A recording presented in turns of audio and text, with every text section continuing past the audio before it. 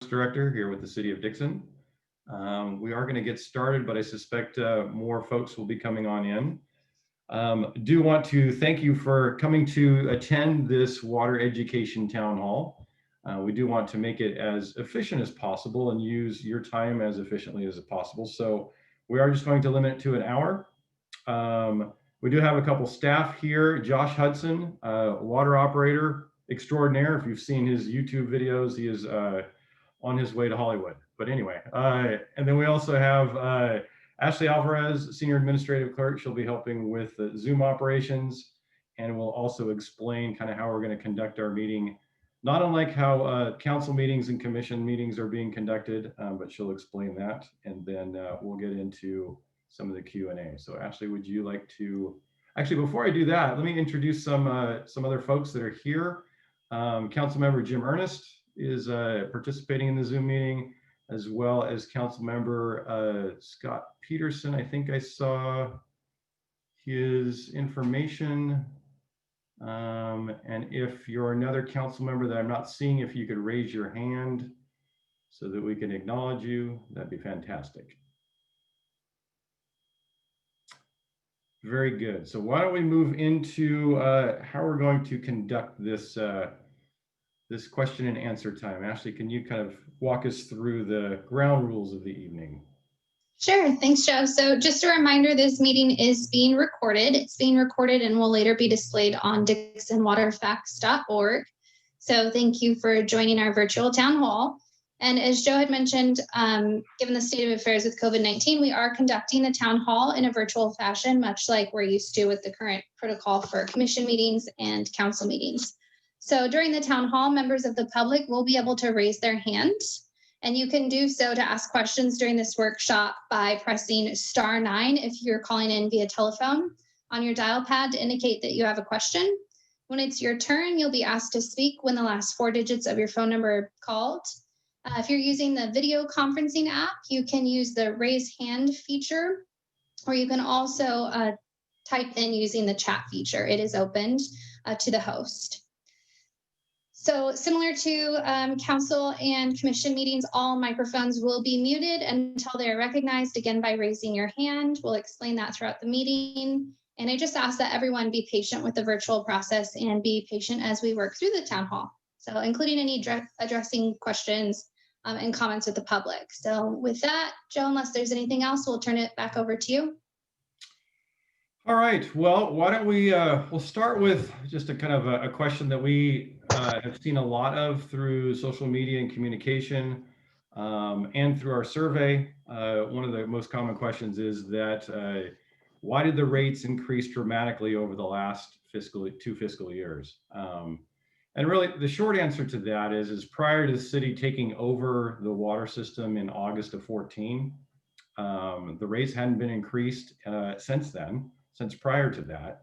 And so we went through the process of conducting a water master plan, hiring a consultant to do that, going through an evaluation process to evaluate the assets. In Chapter 9 of the water master plan, it talks about the process that they went through. And then what came out of that were rehabilitation and replacement projects. And then that fed into the rate study that we conducted with Raftalis, was another consultant that was hired by the city. And that what came out of that, and through council meetings and discussion as to how to proceed with financing the capital infrastructure, that's what yielded the rate increases that were adopted in January of 19 and then implemented in August 1st of 19 as well. So another question we often get is why is the Dixon water so terrible? And what is the city doing about it? And one of the recent videos that we had posted that Josh hosted kind of discussed a little bit about, there's groundwater has certain odor and taste associated with it, but rest assured that our water quality does meet all state and federal requirements for all constituents. So it's safe to drink, but it's understood that at times it can smell, it may have a particular color or odor to it. And that's really part of it, drawing water from deep aquifers and minerals and other types of constituents in the ground that affect the odor and taste. But again, your water is completely safe. With that, we do want to move into the discussion portion where you, the public, get to ask me or Josh any particular question that you have about the water system. Again, we have on the sharing the screen. This is the Water Education Town Hall. This is from the DixonWaterFacts.org website. I can scroll up a little bit to kind of show you if people haven't seen that yet.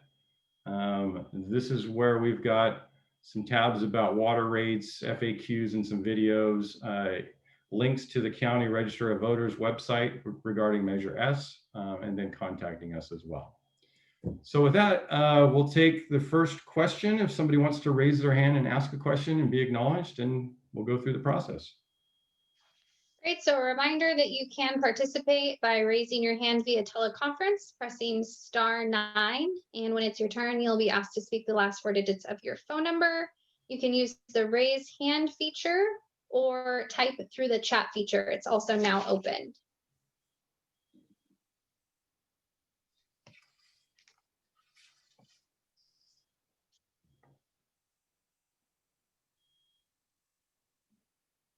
Don't see any questions at this time, Joe. Okay, well, I think one of the things that I'll scroll through on the website is there's some question about oftentimes about what does development play and what do current users pay for. And so we developed this graphic probably about 1.5 years or so as part of a presentation to council. And if you kind of look right down the center, right underneath the M, that's kind of the dividing line between what's paid for by existing users and then development. Existing users are dealing with existing demand, existing system, the results of the Chapter 9 asset management analysis that's in the water system master plan. And then existing user are paying for rehab and replacement, and then there's projects associated with that. On the what developers pay for is everything that's related to growth. So you see what's going out in the southwest area of town, all of that infrastructure that's happening in there, that's what developer pays for. Some of them get reimbursed through a financing program, or they may get credits for some of those improvements, but there's what they do does not have an adverse impact on the current users. In fact, I would contend one of the components of what they did was they ended up connecting the southern zone to the northern zone, which had a great benefit of redundancy for our system. So that kind of helps kind of give you a little bit of a picture as to how it's separated between developers and current users, and how construction is done accordingly. Any other questions at this point?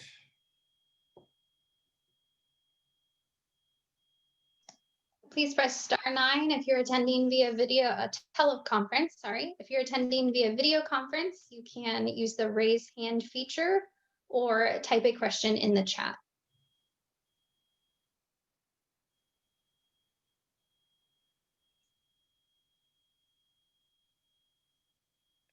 We do have a question, Joe, from Mr. Okay. Kevin Johnson. I'm going to go ahead and ask him to unmute.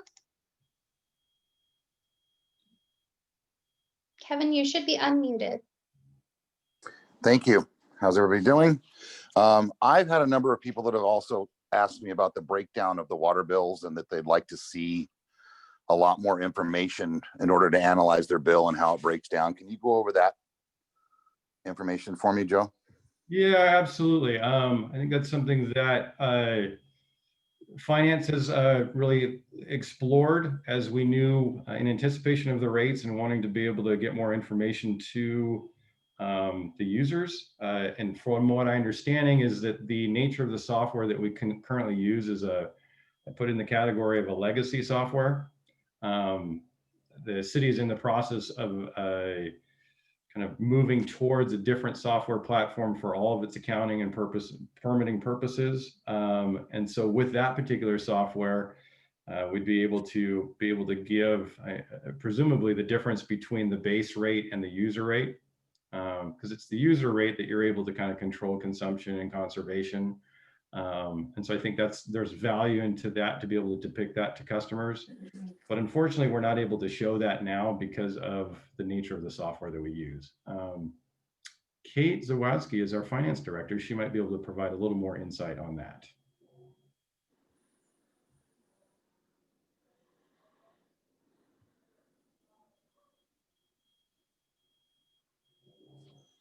Okay, can you hear me? Yes. Yeah. Okay, great. So we did recently make some changes to the formats of the bills.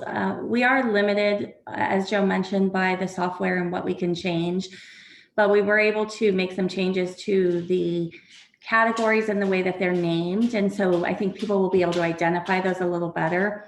We also added the fee schedules to the back of the bills and information that will allow customers to recalculate their bills based upon that information. So you should see that on this billing that will come out in November. Thank you. Thanks, Kevin. You got it. Any other questions? We did receive a question via chat. The question is or statement, please explain the impact if rates are repealed. So great question. There was a presentation that was made by Kate and myself. I want to say, Kate, I think that was July or August, staff report and presentation. If the rates are repealed, then we would have to freeze about $1.2 million worth of capital projects that we have planned for this year. We would also have to let go of an operator. And so we would have an operations staff of 3 instead of 4. We would also have to go to back to bi-monthly billing. And then some of the preventative maintenance operations like hydrant flushing, dead end flushing, valve turning, those would have to be done on more of a reactionary versus preventative maintenance. Which, as you can imagine, if there's a water leak and a valve doesn't work, then that kind of snowballs into a greater issue. So that's really the kind of the short-term answer to if the rates are repealed. Longer term, there's been a lot of discussion as to what interfund loans between the general fund. And I think I'd want to, can't really speculate on that at this point, because I think we have to really come up with an idea and a plan as to how to implement rates that are sustainable should Measure S be successful.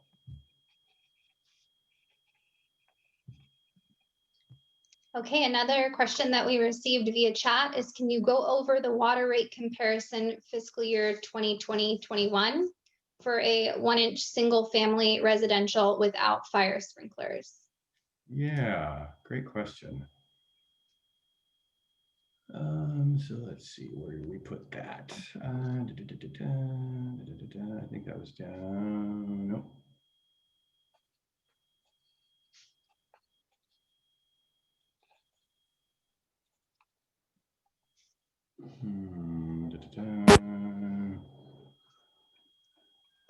I just saw it right before.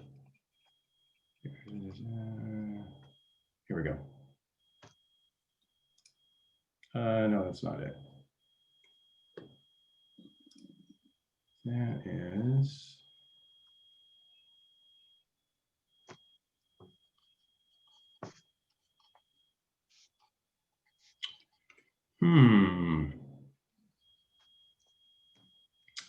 Ashley, do you remember where? Oh, never mind. It's right there.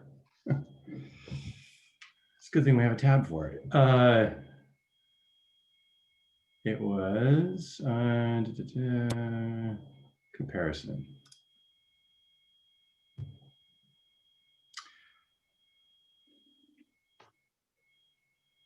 So what we did with this particular graph is we went and looked at the various agency websites and wanted to make sure we did an apples to apples comparison. where we looked at a 1-inch single family residence without fire service. So it's kind of a really important comparison, because in at least the city of Dixon, if you have a 1-inch fire service and you have a 1-inch meter and you do have fire service, then you actually get, you're getting charged for a 3/4 inch meter. So your base rate is less, and then your consumption rate is less. And so we wanted to make sure that it was clear where the apples to apples that we're comparing is without a fire service. So we went to each agency website. This information is available on each site, and compared to what their current rates are versus what the rates that the city of Dixon is anticipating for this particular fiscal year. I think with the 71.99 is based upon the increase in April 1st of 2021.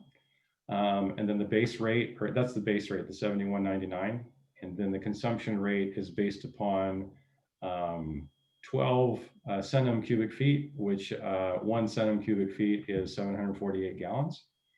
And then we also want to kind of look at what does that look like when you start taking into account the number of connections and the population served. So we wanted to show this graph as well. And this is, it's difficult to read, but if you looked at the website, excuse me, this information is available through a public portal for all public water systems. So we're required to report the number of connections and the population being served. And so that's where all of this information came from.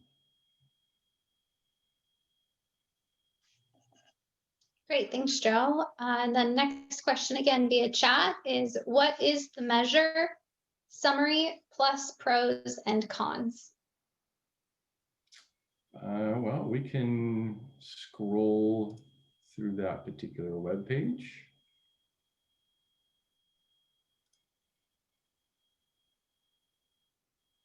I don't know if the questioner wants us to actually, show the Measure S language and read through it. Again, this is available on the dixonwaterfacts.org website. There's a tab at the top. So here's the impartial analysis that was done by the city attorney's office. Then we can look at the argument for Measure S.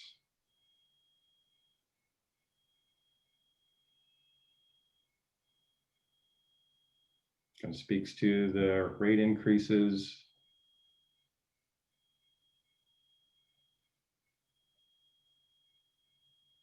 Signatories of that argument.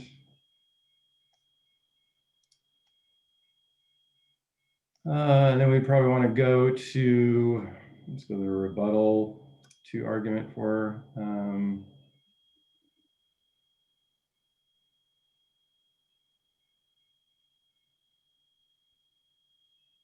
signatories of that argument.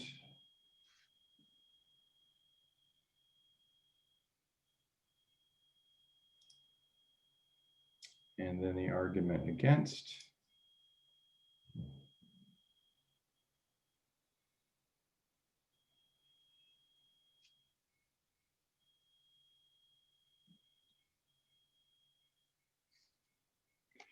If apologize if I'm scrolling through this, I'm not sure if the public wants to read the full text of all of these. Again, these are available either in your, hopefully they showed up in your voter guide, but if not, then they're available on the dixonwaterfacts.org, which again, this is a direct link to the County Register of Voters website.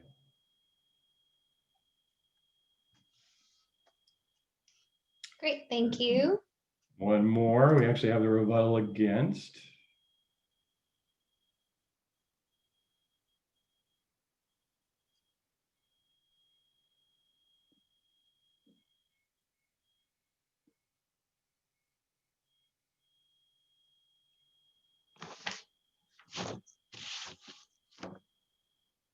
Okay. Next question.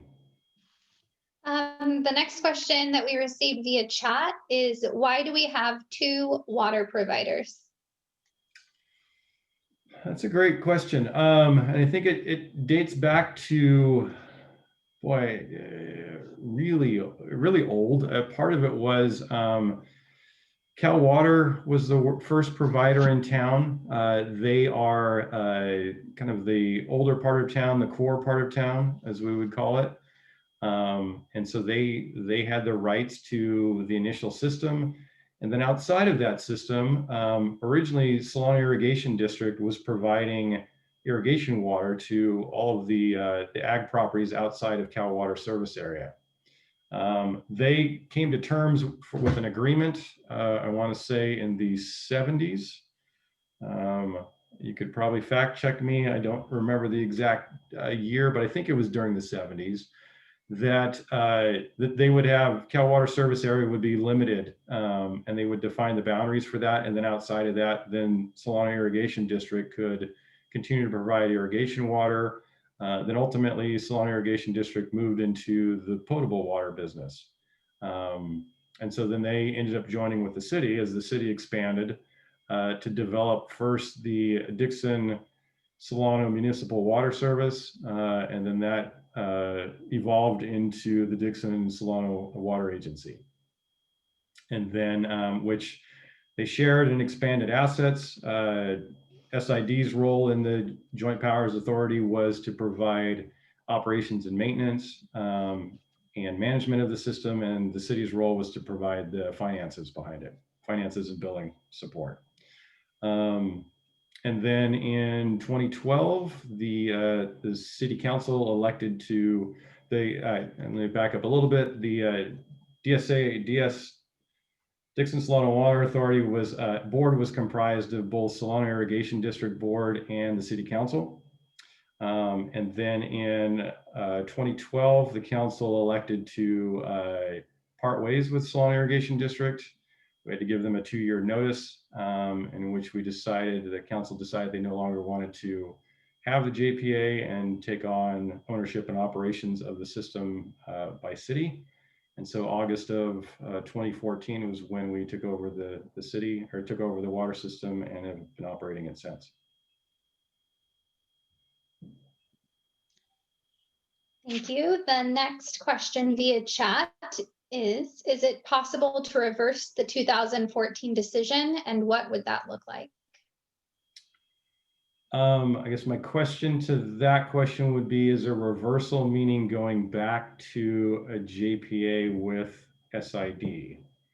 I think that's a policy question that would have to be brought by either the people through the council or an initiative through the council itself. I don't know what it would take to rewind that. So I think there's some challenges associated with that. I know it took us about a 2-year challenge to unwind it and to take over the operations. And so to re-engage in that process probably would be faster, because SID does have forces that provide potable water operations. And then we've got expert staff as well. So we've learned a lot over the last 6 years.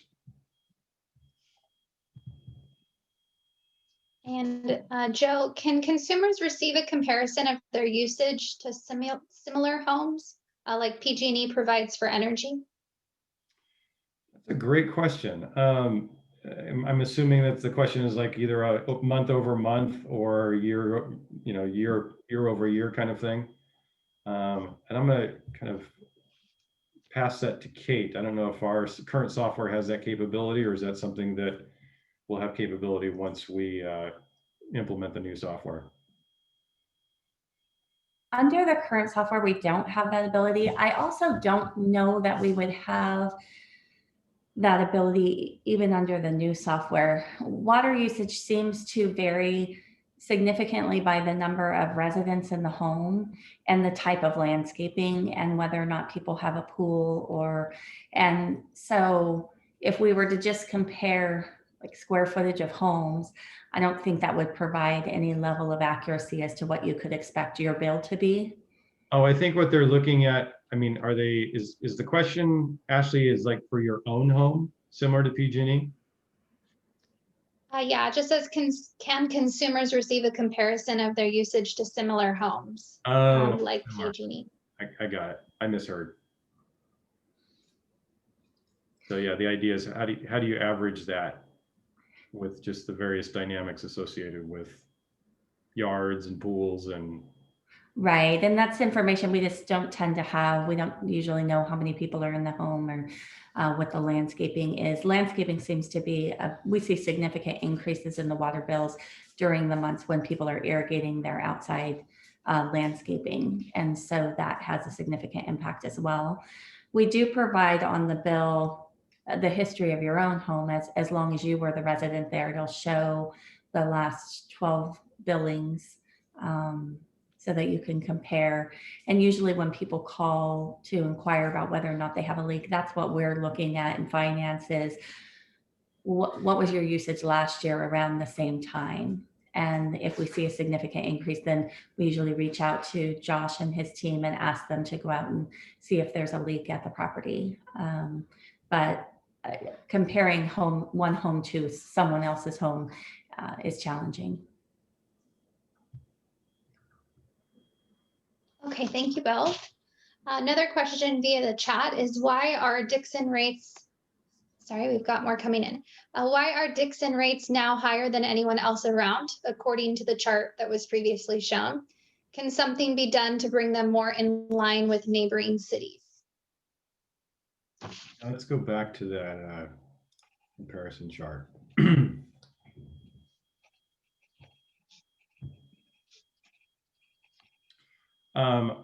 I mean, I think that the short answer is, can they be more in line with neighboring cities? Yes.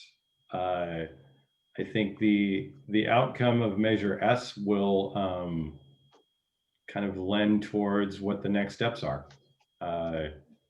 So, I mean, I think the other side of it too, that I think oftentimes gets not understood in the discussion, is that the rates are based upon a certain amount of infrastructure and financing rates associated with that infrastructure.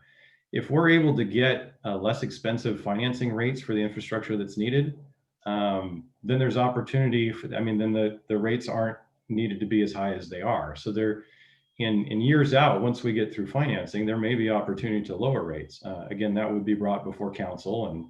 And so I don't, at times that may not be included in the discussion, but the rates currently are based upon financing assumptions and the infrastructure needs that are outlined in Chapter 9 of the Water System Master Plan.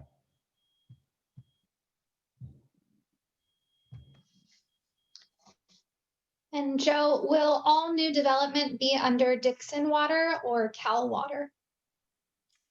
There is a portion of Valley Glen that will be a kind of infill with the Cal Water system, but outside of that, the rest will be city water.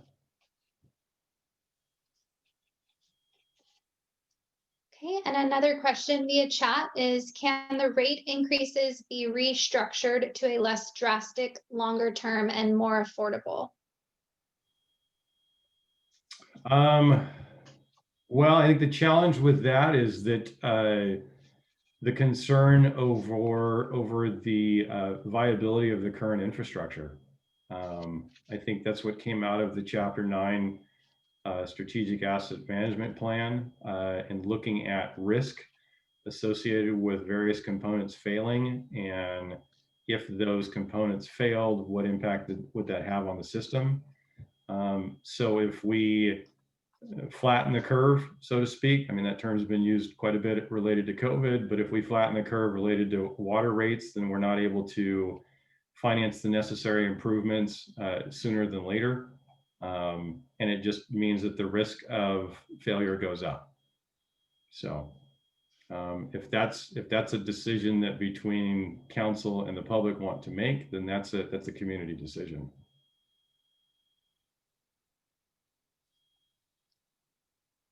Okay, and it looks like the last question so far, we'll remind everyone how to ask again, but as of right now. If Measure S fails, is there any guarantee the rates will drop in the future?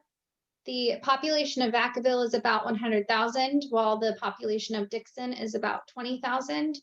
Why is Dixon paying 1.7 times the base rate of a city? And how do we get the rates as low as them? So I think let's start with, if we could break up the question into a couple sentences. So ask the first part of the question again. Sure. If Measure S fails, is there any guarantee that the rates will drop in the future? So the short answer is no. I think we'd be challenged after kind of embarking on 2020 to try to guarantee anything. So that there's not a guarantee. I think, again, as staff who work for the city, both in operations and engineering and finance, as well as your council, I think we all take a lot of pride in the work that we do and try to do things as efficiently as possible. So we look for creative ways to deliver projects and to and make sure that it's done sustainably. So if we're able to deliver projects that cost less and have the same results as what we need to, then again, as I stated before, then there may not be the need for the rates to be as high as they are. I think this, if we can move into the second part of the question, I think it's related to the population component. Yeah, the population of Vacaville is about 100,000, while the population of Dixon is about 20,000. So why is Dixon paying 1.7 times the base rate of a city? Yeah, and I think part of that speaks to some of the commentary that we've seen on social media about, that Dixon's been paying lower rates for as long as we have. And so the challenge is that the system hasn't been investment in the system over a sustained period of time, a longer period of time hasn't been made. So it's been operating the system, things wear out, and often over time things break down. And so I think Vacaville, with their population, we haven't done a history of each of these agencies as to what have their rates been over the last 10 years. But ours, the City of Dixon water rates have been pretty low, comparatively speaking. And so I think that's where we're seeing the need to increase the rates to finance the capital that's needed. The last piece of that was, which you may have already addressed, is how do we get rates as low as them? I would say let's get through, I think, between financing the improvements that are necessary in the rehab and replacement program. I would say continuing to manage the growth of the city. Those rates can contribute towards financing associated and paying back bonds and debt. And once bonds and debt are paid off, then the need for higher rates could potentially be reduced. So growth helps.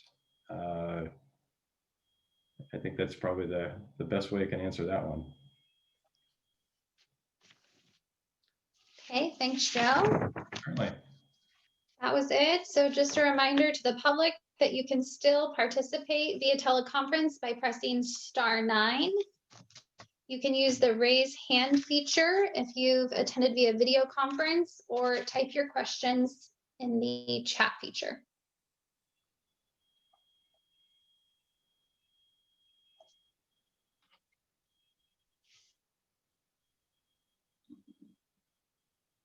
Joe, we're a little over halfway. It's 8:34-ish, and I do not see any other. Oh, we got one more, sorry. Okay. Can revenue from marijuana sales tax help? Great question. So I think most of the conversation in the community has been about that the water enterprise has to run like a business, where the revenue for the business has to be spent on the business.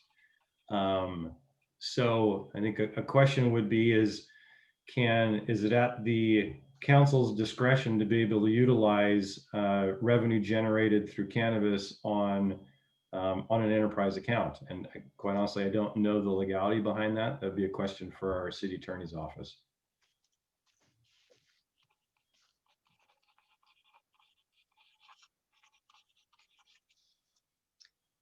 Okay. It looks like that's all we have. Every time I say that, we get one more. Okay, so the population of Dixon versus Vacaville, because Dixon has two water providers. So do you know that Dixon has how many in population versus Cal Water? Yeah, and so that's actually in the chart as well. It speaks to Dixon is serving about 9,000, the city, and whereas Cal Water is serving about 10,100. We've got about 2,800 connections, and they've got about 2,900 connections. I suspect our number of 2,800 will go up significantly over the course of the next year. Whereas Cal Water will probably stay right around 2,900.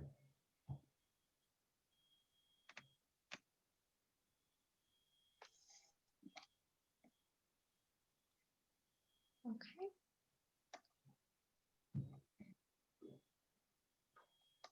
And again, for the public attending via teleconference, you may press *9 to raise your hand. You'll be called with the last 4 digits of your phone number. You can use the raise hand feature if you're attending via video conference, or use the chat feature. And Joe, we did get another question via the chat feature. You said that growth helps. Dixon is stagnating. Does anyone think it's time to increase the growth limit? So great question for our planning staff. I'm not sure I understand the assessment that Dixon is stagnating. Because I know that we in engineering are kind of processing development projects like nobody's business. And then if anybody drives out to the kind of southwest portion of town, currently there's 3 home builders out there. And they could end up having at least 2 more as soon as February or March. So plus we also know that Brookfield's moving forward with developing the last 2 phases of their development in Park Lane. Valley Glen's final phase is beginning to kind of tee up for its development and infill. So I'm not sure I understand the assessment of stagnating. And maybe there's a reason or a definition that I'm not getting through the question.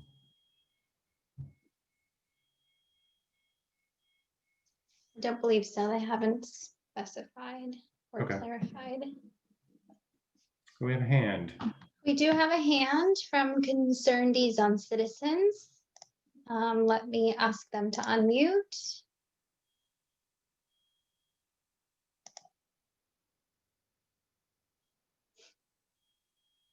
They are now unmuted.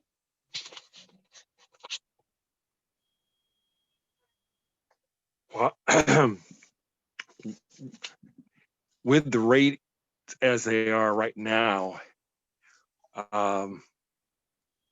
how does that in the future going to affect 15 to 20 years down the line?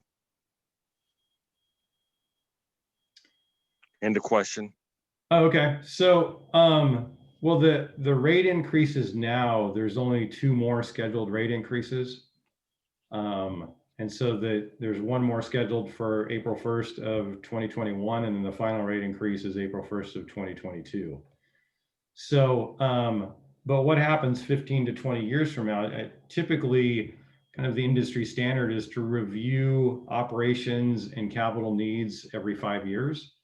And then determine whether you have a sufficient rate structure to continue to operate your system sustainably, or if there's an element of adjustment that needs to happen. So can I tell you that 15 to 20 years from now, the rates will be fixed? Absolutely not. Because I also know that our costs will not be the same 15 to 20 years from now. So labor goes up, electricity goes up, materials go up. So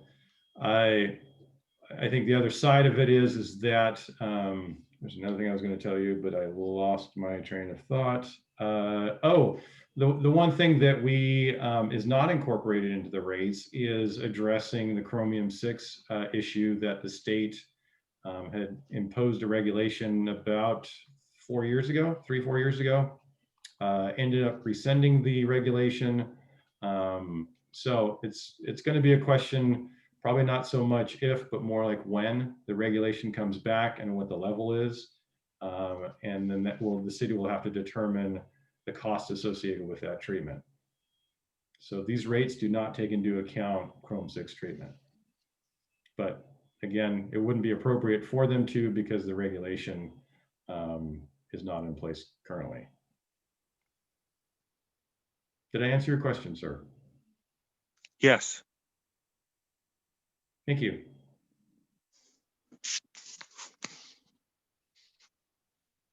Okay, Joe, has the future growth of Dixon been taken into account for the projected water rate increase? It has. So the growth in the water rate model that Raftelis developed, there is an assumption for growth. Don't know what it is off the top of my head, but there is an assumption for growth that's included in the rate model.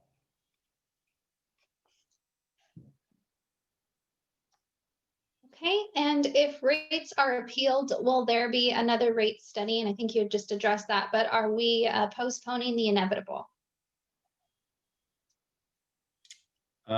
Is the inevitable that rates need to be increased in order to fund the necessary improvements?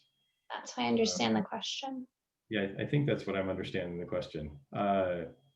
So if the rates are repealed, yes, there would be need for adoption of a rate structure in order to, again, keep the operations staff and to implement necessary improvements.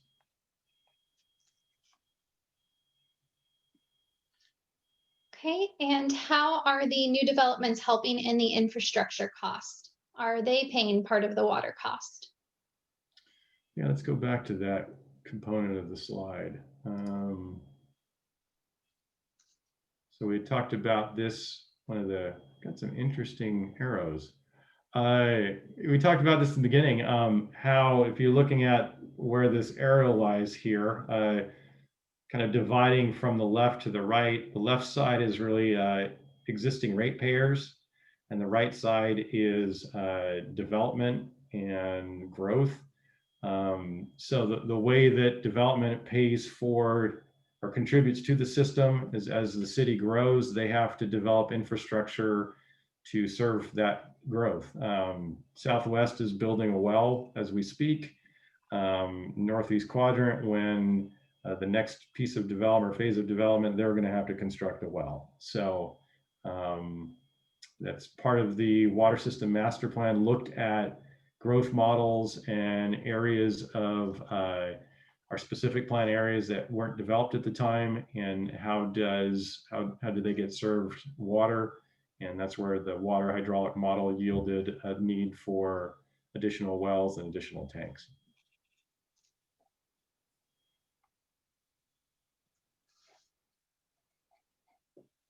Thank you.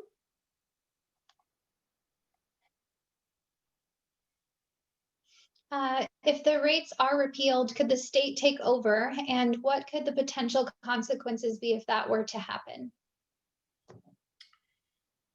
Great question. I think there's been some dialogue on that. I think the most recent conversation we've had with our sanitary engineer, who provides every 3 years, they come and inspect the system. They work with Josh and his staff about all the records and monitoring and testing and things that we do to make sure the system is not just operating well, but being operated responsibly and according to state and federal regulations. But the sanitary engineer, we actually posed that same question. What happens if we don't have the rates to operate the system sustainably? And the response was, well, that this Division of Drinking Water, even though it's part of the State Water Resources Board, which has an enforcement division, but the Division of Drinking Water, they're more concerned about safe potable water and making sure that we can operate it safely. If we're not able to operate it safely, or we begin to violate because we can no longer meet water quality standards, then the Division of Drinking Water would become involved. If we're not able to operate a system financially sustainably, then I don't know that the state would get engaged as long as we're complying with regulations and standards. So that's where, that's where I don't know that we've gone down the road as what are our options? Can we engage certain zones being turned off at particular times? Well, then there's a risk associated with fire suppression. Can we reduce the hours that we're pumping and provide lower pressure supply? Well, there's risk associated with that. So I don't think there's an easy answer. I'm not sure there's a lot of examples of the state coming in and taking over a potable water system without it becoming very dire. So, and I think there's a lot of complexities associated with those dynamics as well. Okay, Joe, instead of raising rates, has the city explored the option of other funding sources, including federal or state grants, SAFER grants, for example, SAFER grants, for example? Yeah, so just kind of backing up a little bit, the idea of looking at how to not only deliver projects that are outlined in the water system master plan, both efficiently and creatively, but also looking at the financing associated with them. In a variety of projects around town, whether they're park projects or facilities projects or capital projects, we're constantly looking for sources other than long-term financing. And that's either through grants or partnerships with other agencies. So yeah, we would look at grant opportunities, whether it's through SAFER, Economic Development Agency. That's something that we had looked at for the Northeast Quad a few years ago. So those are things that we would explore as well.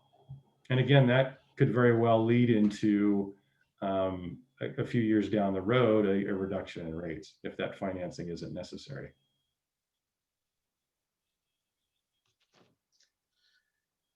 Another question that we got via the chat is that Dixon has been quiet about addressing questions. Will you continue to support concerns as you have been recently? Absolutely. I think that's really one of the things that we've learned out of this endeavor over the last 2 months. I think one of the things that we've engaged is it's been, I want to say 3 months or so since the city's engaged CoPro Media to assist us with social engagement. You've seen a lot of activity on our Facebook page related to not only just water related issues, but also all sorts of city programs and dynamics and communication. But as we engage the water education program consultant Pando communications, we're realizing that there's a need and a responsibility for us to communicate about your water system so you understand it, understand how it works, understand kind of the people that are engaged in it. That's why we've done some videos associated with that, so you get to see faces behind the service. But yes, the short, well, actually a long answer. The long answer is yes, we plan to continue to be engaged in providing social media connection.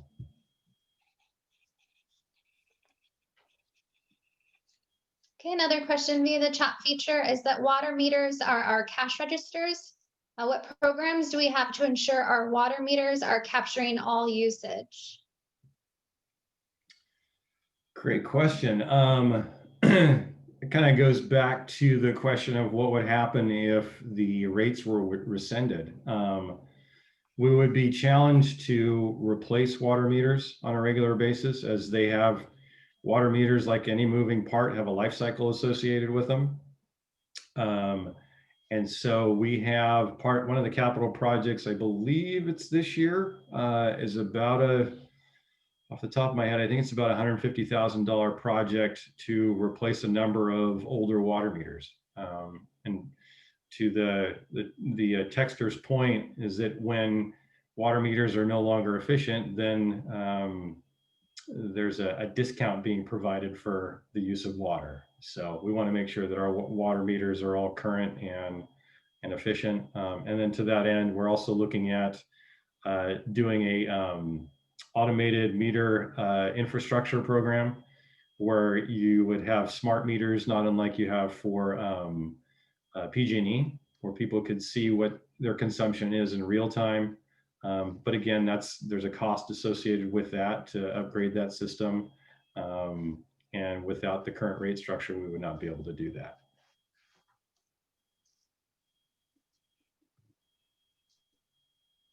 We have another public comment. Let's see, someone raised their hand. Concern the Zon citizens again, so I'm going to ask you to unmute. And you are unmuted.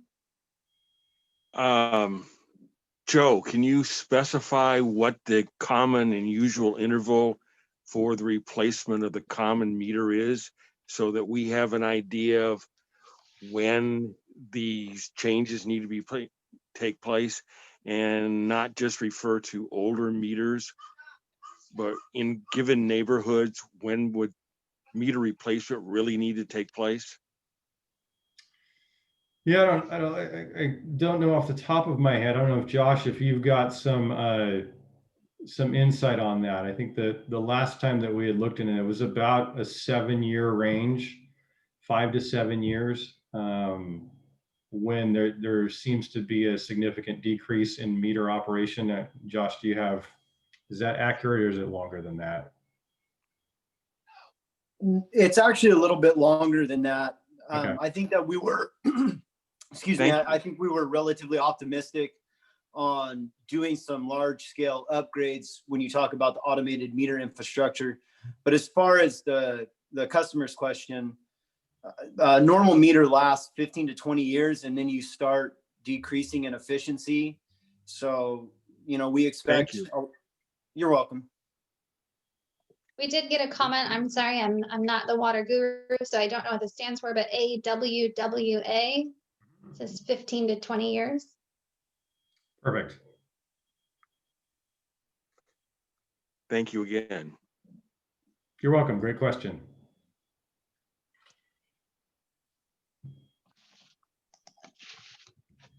So Joe, there's about 7 minutes left. Okay. If we have any other public comment that wishes to speak using teleconference, please press *9 to raise your hand. You can use the raise hand feature if you are attending via video conference, or chat your questions or text your questions in the chat feature. So we do have one more in the chat feature, and that is, can you summarize your commitment to us as customers?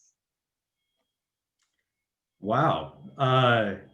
Yeah, I mean, I think for me as the city engineer and public works director, I love working for the city of Dixon. I've been here almost 8 years. Best job I've ever had. I'm not just saying that because I know who the audience is. But I love working here. It's a great place to work. As you can tell, we've got great staff. And as an engineer, I love figuring out ways to make things run more efficiently. As a manager, I love figuring out ways to help people do their jobs more efficiently. So I think, I'm not sure how stronger of words I can say that, I and my staff are fully committed on figuring out ways to operate your system, really our system, the most efficient, responsibly and sustainably as possible.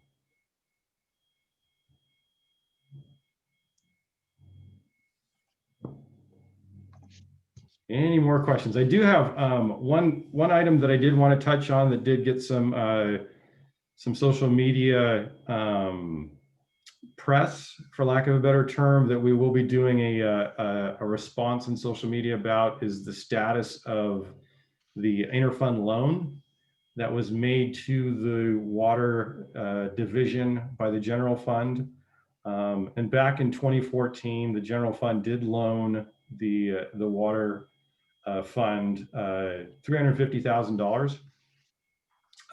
The first payment of $100,000 was made in February of 14, and then the second payment of $250,000 was made in September of 14. So that was $350,000 that was really used towards the startup of the water system, of the city taking it over from the JPA that I talked about previously. That went towards capital cost, purchasing equipment, transitioning SCADA systems and computers, and a whole bunch of things. Anyway, that loan has been paid off in full with interest. The interest on the $350,000 was $5,703, and the loan was paid off in full in September of 2017. So we will have some social media communication on that loan. There's no longer any debt between the water fund and the general fund.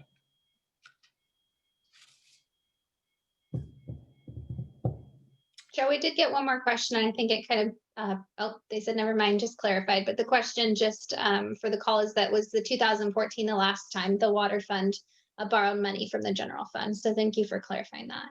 Sure. And what is the line item in my property tax for SID?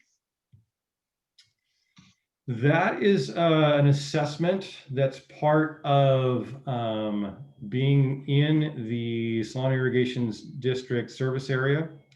That is, there is a rationale that the assessment remains because municipalities are gaining benefit of Salon Irrigation District's ag operations around its vicinity as those operations recharge the groundwater. There is a process associated with what's called detaching from Salon Irrigation District, where property owners can, I don't know the exact terminology. Our legal counsel made a presentation to the council back in 2014 about the process, but there's a way to, in essence, get out of that assessment. But it's a costly process.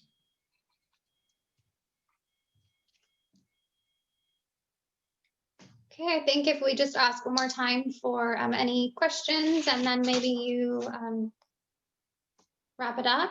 Yeah. Are you okay with that, Joe? Okay, awesome. So just a reminder, if you're attending via teleconference, you can press *9 to raise your hand.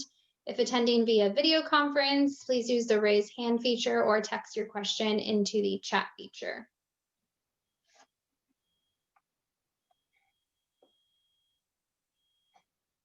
And Joe, it looks like at this time we do not have any other questions.